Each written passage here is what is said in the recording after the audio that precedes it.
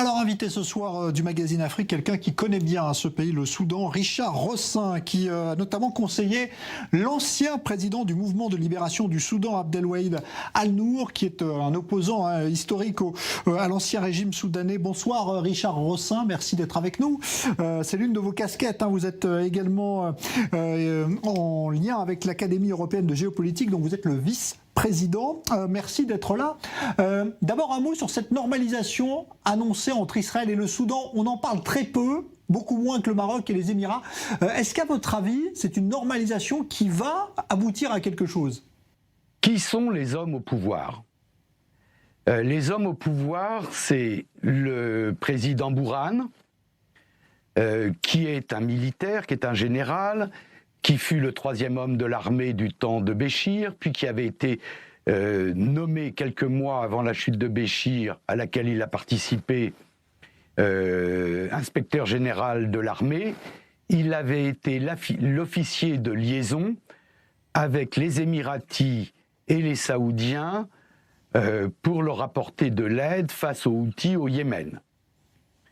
Il a été porté au pouvoir par l'armée.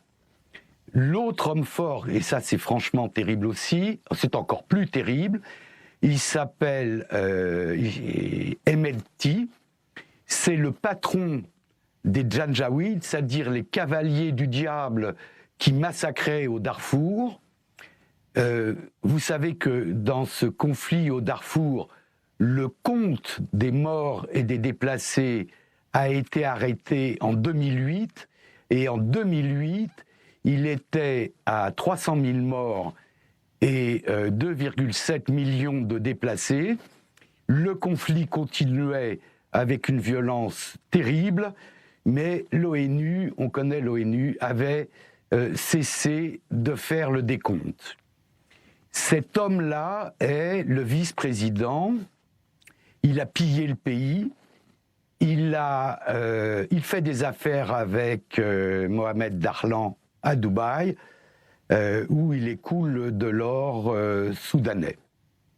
Donc ça veut dire qu'il ne faut pas encourager pour vous la transition actuelle, transition démocratique, c'est un faux semblant. La paix est toujours bonne à prendre. Les relations sont toujours bonnes à prendre. Il faut juste savoir avec qui on est.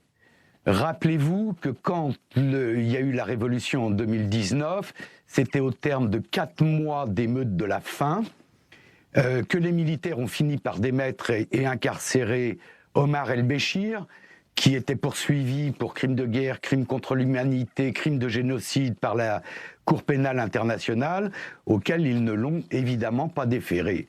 C'est quand même ses amis qui ont pris le pouvoir. Donc les choses ne sont pas complètement simples. Bien sûr, il faut avancer dans le sens de la paix.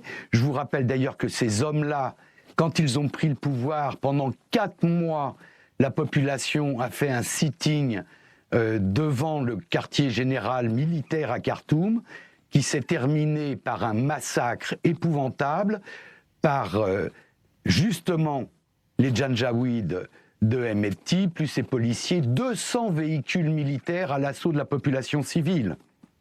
Condamnation partout dans le monde, évidemment. Et donc, ils ont pris M. Hamdok comme Premier ministre. Il est la caution civile de ce gouvernement-là. Lui ne peut pas être accusé de moindre crime. Il a, lors du coup d'État de 1989 d'Omar el-Béchir, le coup d'État islamique avec Tourabi, il avait quitté le pays. Donc cet homme est clean. Mais il a été écarté des négociations par le président Bourhan et Hemedti. Donc il n'est pas content. Il n'est pas si favorable que ça à une normalisation avec Israël, mais il n'est pas dans le coup. Les autres ne l'ont pas mis dans le coup.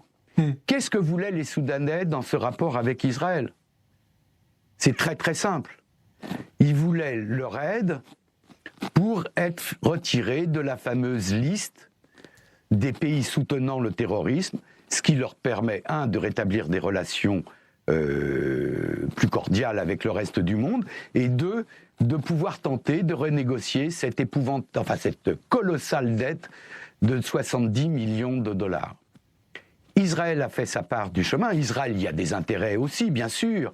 D'abord, le Soudan longe sur des centaines de kilomètres la mer Rouge, donc le passage vers le canal de Suez, le lieu de tous les trafics, là où Henri de Montfred s'était illustré autrefois.